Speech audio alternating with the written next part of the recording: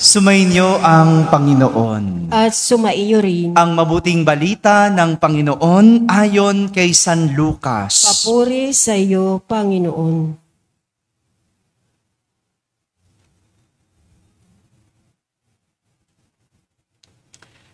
Noong panahong iyon, ang anghel Gabriel ay sinugo ng Diyos sa Nazareth, Galilea, sa isang dalaga na ang pangalay Maria. Siya'y nakatakdang ikasal kay Jose, isang lalaki buhat sa lipi ni Haring David. Paglapit ng anghel sa kinaroroonan ng dalaga, binati niya ito, "Matuwa ka, ikaw ay kalugod-lugod sa Diyos."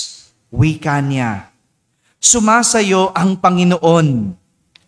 Nagulumihanan si Maria sa gayong pangungusap at inisip niyang mabuti kung ano ang kahulugan niyon. Kaya't sinabi sa kanya ng anghel, "Huwag kang matakot, Maria, sapagkat kinalulugdan ka ng Diyos. Makinig ka, ikaw ay maglilihi at manganganak ng isang lalaki, at siya'y tatawagin mong Jesus. Magiging dakila siya at tatawaging anak ng kataas-taasan. Ibibigay sa kanya ng Panginoong Diyos ang trono ng kanyang amang si David. Maghahari siya sa angkan ni Jacob magpakailanman, at ang kanyang paghahari ay walang hanggan."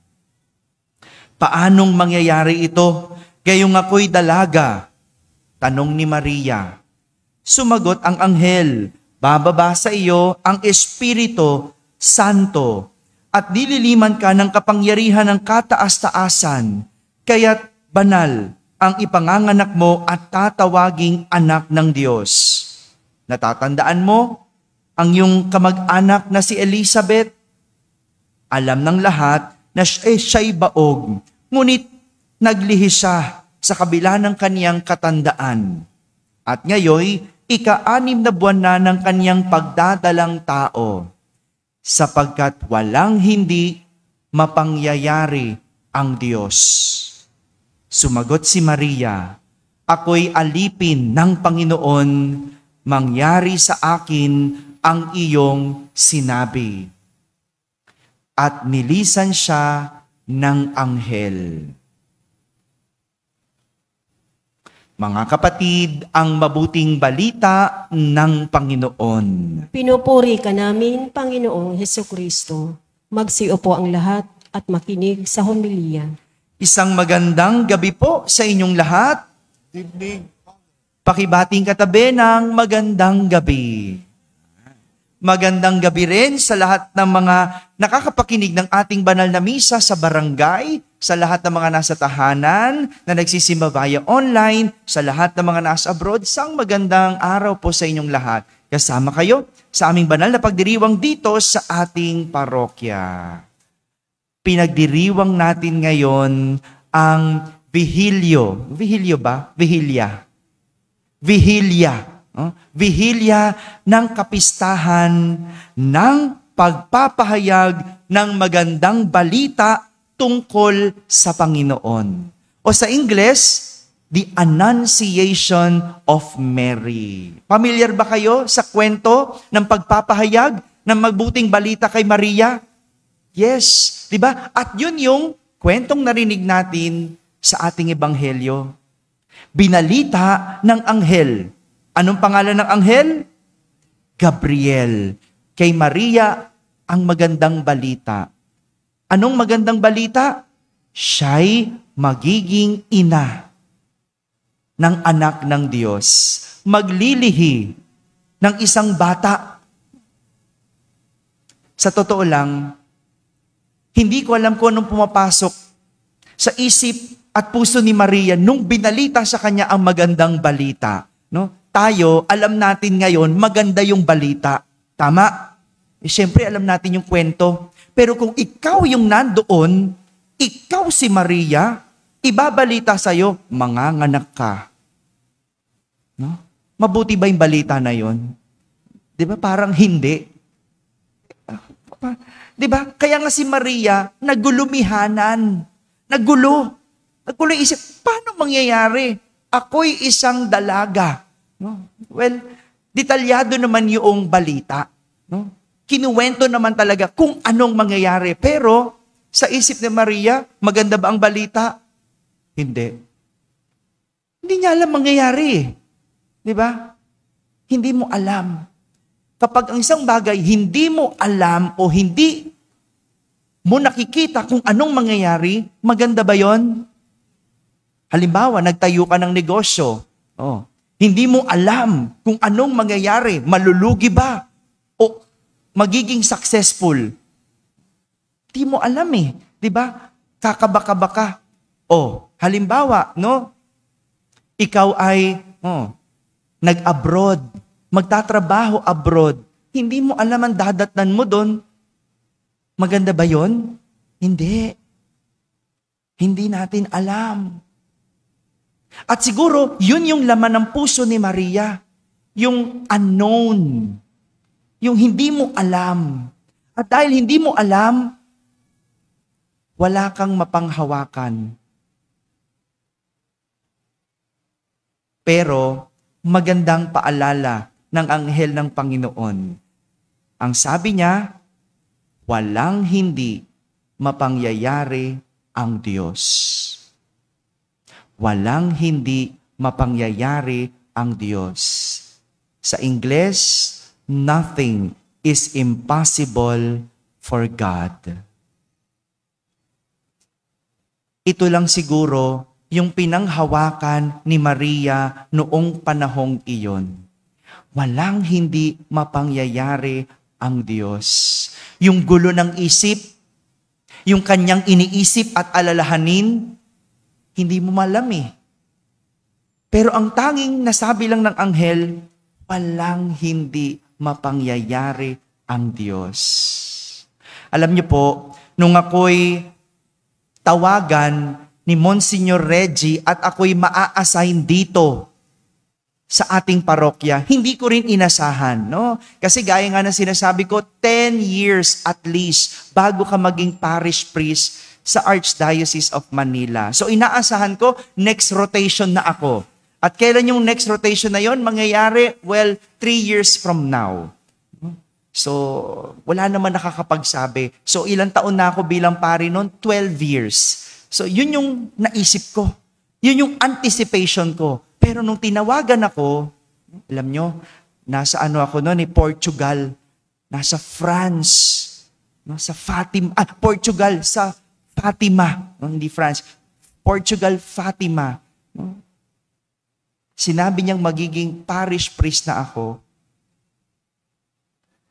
Kinabukasan, nagmisa kami sa Fatima, nagdasal ako sa mahal na ina. Sabi ko, anong mangyayari? Hindi ako handa. No? Ang alam ko, 3 taon pa.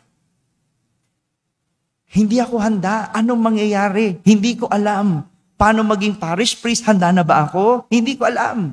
Maganda bang balita yon? Well, noong mga panahon na yon, hindi ko alam. Hindi magandang balita yon. No? Dahil hindi ako handa. Hindi ko alam anong dadatnan ko. Hindi ko alam kung anong mangyayari.